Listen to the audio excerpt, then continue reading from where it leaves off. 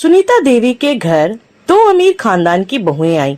सुनीता देवी आज बहुत खुश थी। उन्होंने अपनी दोनों बहुओं को कहा, मेरी बेटियों, तुम खुश रहो, तुम्हारा ये घर में स्वागत है। ये घर तुम्हारा ही है आज से। हम बहुत खुश हैं कि हमें तुम जैसी दो बहुएं मिली हैं। दोनों ही बहुत सुंदर और सुशील हैं। इस घर में मेरे बेटे और ये मेरी बेटी है। माँ जी, आप चिंता मत कीजिए, अब ये घर हमारा भी है। हम यहाँ पे बहुत अच्छे से रहेंगे, आपकी सेवा करेंगे, हमारी प्यारी ननद की शादी करवाएंगे। आप खुश रहेंगे तभी तो हमारे पति भी खुश रहेंगे। हाँ बेटा, तुम दोनों बहुत अच्छी हो। मेरे बेटों की किस्मत है कि उन्हें इतनी सुंदर और सुशील बहुएं मिली है। आज से ये घर तुम्हारा है, तुम्हें ही संभालना है, सारी जायदाद, सब कुछ। बेटा, तुम्हें कैसी लगी अपनी भाभियां? तुम भी कुछ बोलो। क्या तुम्हें अपनी भाभियां अच्छी नहीं लगी? अरे तुम क्यों चुप हो ननद जी, तुम भी कुछ बोलो। तुम भी तो बहुत सुंदर हो, तुम्हारी भी हम शादी कराएंगे और हम सब साथ मिलकर रहेंगे। दोनों बहू अपनी सास और ननद को मस्का लगा रही थी। रात को जब दोनों बहू अपने कमरे में आती हैं, उनका कमरा बहुत ही सुंदर सजा हुआ था। छोटी बहू मीना अपने पति से कहती है, अरे ये कमरा कितना सुंदर सजा हुआ है, लेकिन मेरे घर में तो बहुत सारी चीजें हैं, यहाँ थोड़ा कम सामान लग रहा है। ये बातें करते हुए दोनों बैठ गए। तब मीना अपनी अमीरी झाड़ते हुए कहती है, अरे आपके घर में कितना कम सामान है, मेरे घर में तो कितना है, वो तो आपने देखा ही होगा। मुझे बहुत सारी जरूरत का सामान चाहिए, आप कल जाके बाजार से ले आना। अरे तुम चिंता क्यों करती हो, मैं तुम्हारे लिए सब कुछ ले आऊंगा। तुम जैसी सुंदर बीवी पाके मैं तो धन्य हो गया हूँ। और तुम्हारी इस घर में जो भी कमी हो, तुम मेरी माँ से कह सकती हो, वो जरूर तुम्हें लाके देंगी। उधर बड़ी बहू भी अपने कमरे में अपने पति सुनील के साथ थी। सुनील थोड़ा समझदार और सुलझा हुआ इंसान था। उसने कहा, अरे तुम्हें यहाँ किसी चीज की कोई कमी हो तो मुझे बताना, मैं जरूर पूरा करूंगा। अरे मुझे किसी चीज की कमी नहीं है, बस थोड़ा एसी होता तो सही होता। आप तो जानते ही हैं, मैं अपने घर में हमेशा एसी में रहती हूँ। यहाँ पे थोड़ी गर्मी लग रही है और मुझे थोड़ी आदत नहीं है, तो मुझे थोड़ा अजीब लग रहा है। और कोई दिक्कत नहीं है, मुझे आपका घर बहुत अच्छा लगा। आपकी मम्मी और आपकी बहन दोनों बहुत अच्छी है। मुझे तुमसे यही उम्मीद थी सुनीता कि तुम मेरी बातों को समझोगी। वैसे तुम्हें यहाँ किसी चीज की कमी नहीं होगी, पर यहाँ सब कुछ माँ देखती हैं, तो तुम्हें कुछ भी जरूरत हो तो तुम माँ से मांग लेना। हाँ जरूर, लेकिन मैं हर एक छोटी छोटी चीज माँ जी से कहूंगी तो उनको अच्छा नहीं लगेगा, इसलिए मेरी चीजों का ख्याल आपको ही रखना चाहिए। अगली सुबह दोनों किचन में जाती हैं तो देखती हैं उसकी माँ उनके लिए खाना बना रही थी। माँ कहती है, अरे जल्दी से खाना बना लेती हूँ, आज मेरी बहुओं की पहली रसोई है, वो लोग भी कुछ मीठा बना लेंगी। तभी पीछे से छोटी बहू कहती है, अरे माँ जी, आपको किसी चीज की जरूरत है तो कहिए। अरे तुम दोनों उठ गई, बहुत अच्छा किया, आओ मेरी थोड़ी मदद कर दो। पर माँ जी, हमें तो कुछ खाना बनाने नहीं आता, हम अपने घर में कुछ नहीं बनाती, वहाँ पे बहुत सारे नौकर चाकर हैं, वही खाना बनाते हैं। हाँ, हम बस थोड़ी बहुत मदद कर सकते हैं, हम खाना बनाने नहीं जानते। अरे मेरी बहुओं, तुम्हें कोई जरूरत नहीं है खाना बनाने की, मैंने सारा खाना बना दिया है। और चिंता मत करो, धीरे धीरे तुम्हें सब आ जाएगा और तुम बहुत अच्छा खाना बनाओगी। तुम दोनों मुझे बस थोड़ी मदद करो और खाना टेबल पे रख दो। माँ जी, पर मुझे तो बिल्कुल भी पसंद नहीं है खाना बनाना, मैं गैस के पास ज्यादा देर तक नहीं रह सकती। मेरे घर में एसी है, यहाँ तक कि किचन में भी एसी है, मैं हमेशा एसी में ही रहना पसंद करती हूँ। मुझसे नहीं होगा खाना बनाना, अगर आपको बुरा लगता है तो मैं इसका कुछ नहीं कर सकती हूँ। हाँ माँ जी, मैं भी अपने घर में खाना नहीं बनाती हूँ, वहाँ पे मेरे बहुत सारे नौकर चाकर हैं, वही खाना बनाते हैं। मेरी माँ तो मुझे किचन में घुसने तक नहीं देती, और आप चाहती है मैं ये खाना बनाऊं और अपनी सुंदरता को घटाऊं? काली पड़ जाऊंगी मैं। अपनी दोनों अमीर बहुओं की ये बातें सुनकर उसकी सास सदमे में चली जाती है। तब छोटी बहू कहती है, माँ जी आप चिंता मत कीजिए, आप खाना अच्छा बनाती हैं, हम आपकी मदद कर देते हैं, हम सारा खाना उठा के टेबल पे रख देते हैं, इतना तो हम कर ही सकते हैं। उसकी सास कुछ नहीं बोलती, फिर कहती है, ठीक है बेटियों, तुम्हें जैसा ठीक लगे, तुम मेरे घर की बहू नहीं बेटियां हो, अगर तुम खाना नहीं बनाना जानती तो कोई बात नहीं। कुछ दिन तक ऐसे ही चलता रहा। एक दिन सुनीता का जन्मदिन था। उसने एक बहुत बड़ी पार्टी दी और वहाँ पे खूब मस्ती की। उसने अपनी छोटी देवरानी को भी नाचने के लिए बुलाया, लेकिन उसकी माँ और बहन एक कोने में खड़ी थी। सुनीता झूम झूम के नाच रही थी। तभी उसने मीना को भी बुलाया। मीना भी झूम झूम के नाचने लगी।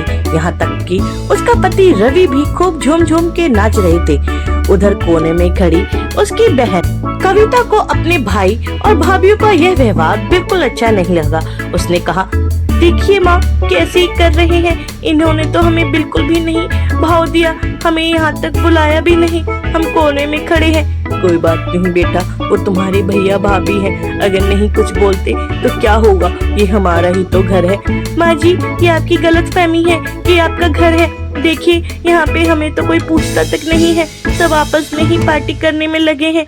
हमें किसी ने बोला भी नहीं कि जन्मदिन में आकर थोड़ी देर कुछ नाच लें। ऐसे ही दिन बीतते गए।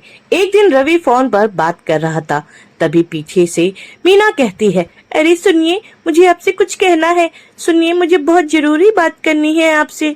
अरे क्या हुआ, दिखता नहीं मैं फोन पे बात कर रहा हूँ, पीछे से टोके जा रही हो। ये सुन के मीना चुपचाप बैठ गई। थोड़ी देर बाद रवि फोन रखता है। तब वह मीना से पूछता है, अरे क्या हुआ, जो तब से तुम बोले जा रही थी, अब कुछ बोलती क्यों नहीं। तब मीना खड़ी होती है और कहती है, अरे आपको पता भी है, दीदी साल भर में सिर्फ 6 महीने यहाँ रही हैं और 6 महीने अपने घर। यहाँ पे सारा काम मुझे संभालना पड़ता है। आपकी बहन तो अब शादी करके अपने घर जा चुकी है और माँ जी सारा दिन पड़ी रहती हैं, कोई काम नहीं करती, सारा काम मुझे करना पड़ता है। क्या मैं यहाँ पे काम करने के लिए आई हूँ? जानते हो मैं कितने अमीर घर से आई हूँ। मेरा सारा दिन इस चूल्हा चौका में ही निकल जाता है, मैं कुछ अपना काम नहीं कर सकती, मेरी सारी सुंदरता खराब हो रही है। अगर ऐसे ही रहा तो मैं भी दीदी की तरह घर छोड़ के चली जाऊंगी और अपने मायके जाके चली जाऊंगी और वहीं रहूंगी। उन्हें तो एसी की आदत है, मुझे नहीं है क्या?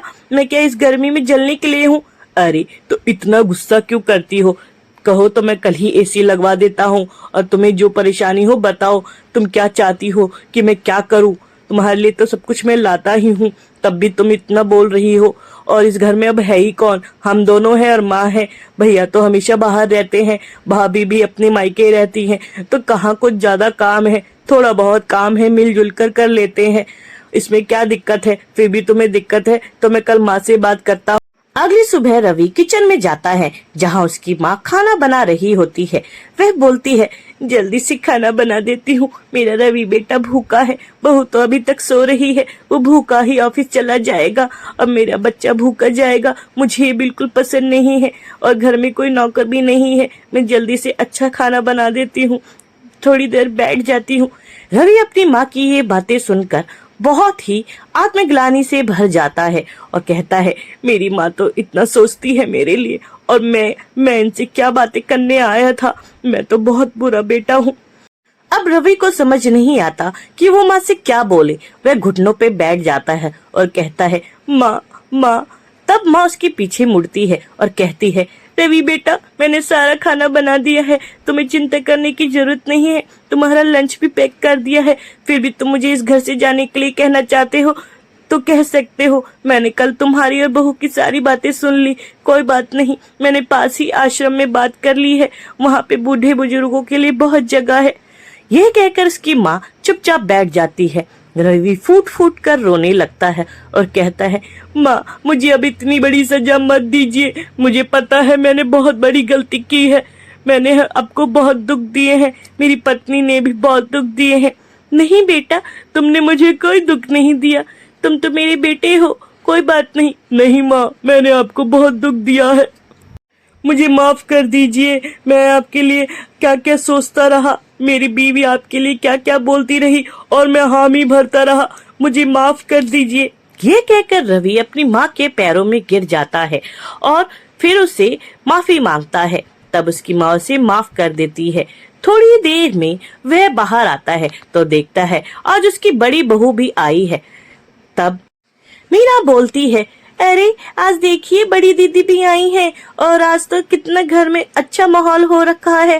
तो हमें पार्टी करनी चाहिए और हम पार्टी करेंगे, बहुत मजा आएगा। लेकिन उससे पहले मुझे माँ जी माफ कर दीजिए, मैंने आपके और आपके बेटे की सारी बातें सुन ली थी किचन में, वो सब मेरी ही गलती है।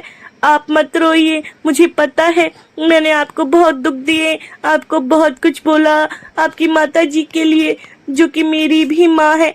ये सब सुनकर रवि को बहुत अच्छा लगा कि उसकी पत्नी को बहुत जल्दी अकल आ गई और वह उससे कहता है, ये सब तुम्हारी वजह से हुआ है, हमेशा अपनी अमीरी का घमंड झाड़ती हो और हमेशा मेरी माँ को दुख दिया है।